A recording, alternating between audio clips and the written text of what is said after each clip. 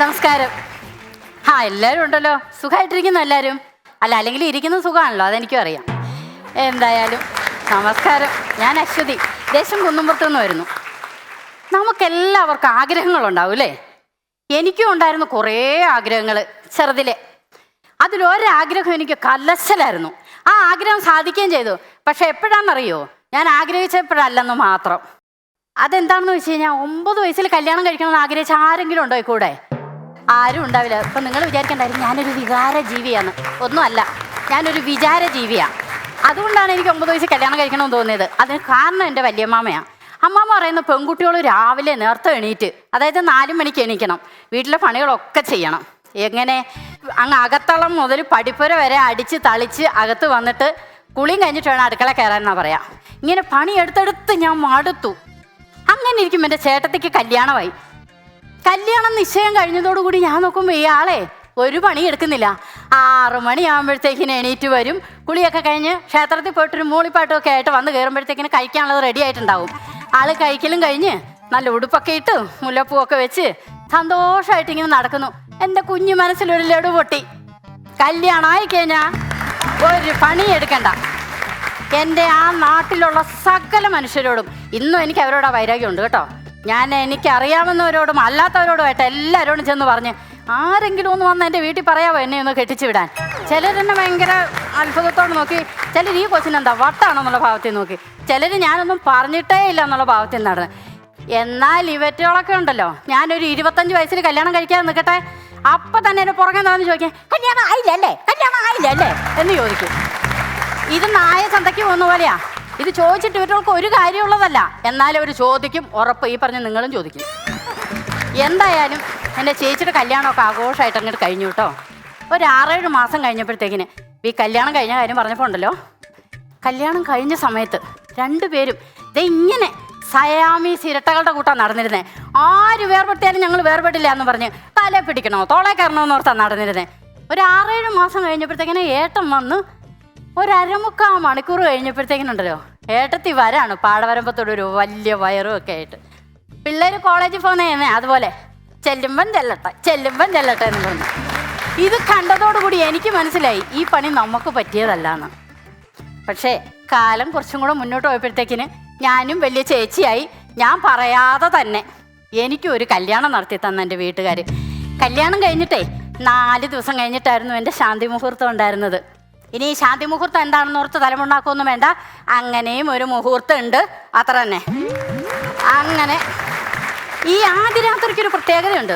ഈ കല്യാണം കഴിച്ച പയ്യനുണ്ടല്ലോ, അദ്ദേഹം ആദ്യം ചെന്ന് റൂമിലിരിക്കും. പെണ്ണുങ്ങൾ ആരെങ്കിലും ഉന്തി തള്ളി അവിടെ കൊണ്ടുവന്ന് വിട്ടാലേ അവർ പോവുള്ളൂ. ഇതാ ഒരു ദിവസം മാത്രമേ ഉള്ളൂ കേട്ടോ. പിറ്റേ ദിവസം മുതൽ പെണ്ണുങ്ങൾ ആദ്യം അവിടെ പോയിരിക്കും, മറ്റവരവർക്ക് തോന്നുമ്പോഴേ വരുള്ളൂ. എൻ്റെ ഏട്ടത്തിമാർ ഒരു ഗ്ലാസ് പാലുമായിട്ട് എൻ്റെ റൂമിൻ്റെ വാതൊക്കെ കൊണ്ടുവന്ന് നിർത്തി.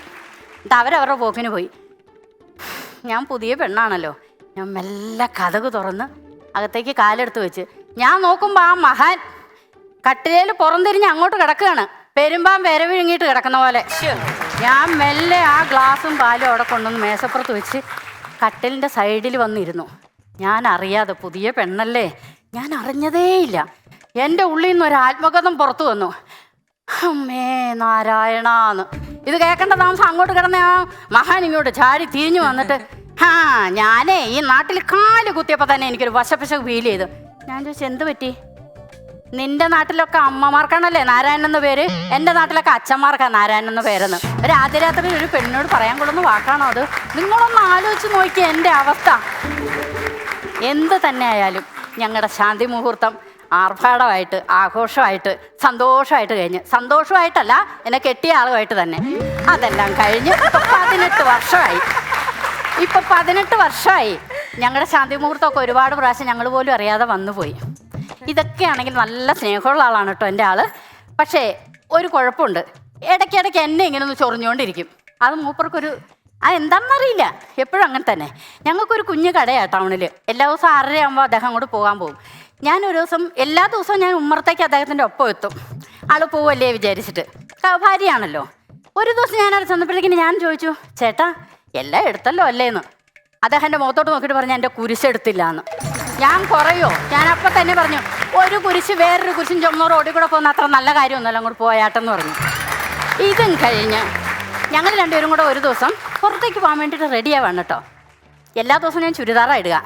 അന്ന് ഞാൻ പതിവിന് വിപരീതമായിട്ട് സാരി ഉടുക്കാൻ അങ്ങോട്ട് തീരുമാനിച്ചു. ഞാൻ സാരിയൊക്കെ കൊടുത്ത് ഒരു 10 പ്രാവശ്യം ഞാൻ കണ്ണാടി നോക്കി. സുന്ദരിയാണോന്ന് നമ്മൾ തന്നെ നമ്മളെ ഒന്ന് പറഞ്ഞ് വിലയിരുത്തണ്ടേ? എന്താ ഞാൻ സുന്ദരിയല്ലേ? അങ്ങനെ ഞാൻ സാരിയൊക്കെ കൊടുത്ത് സുന്ദരിയാണെന്ന് സ്വയം ഉറപ്പ് വരുത്തി ഞാൻ മുന്നോട്ട് അങ്ങ് നടന്നു. ഇദ്ദേഹം എൻ്റെ പുറകെ വരികയാണ്.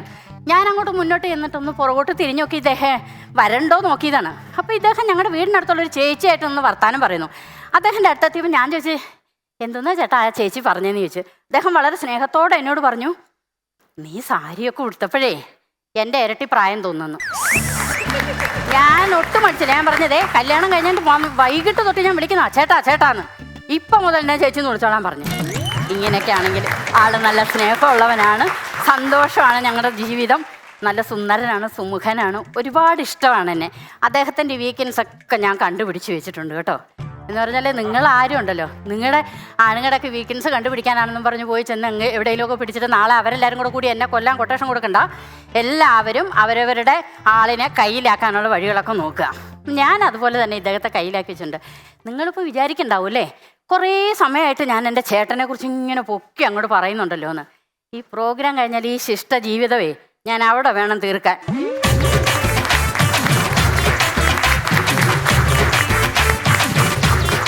Once upon a time, once upon a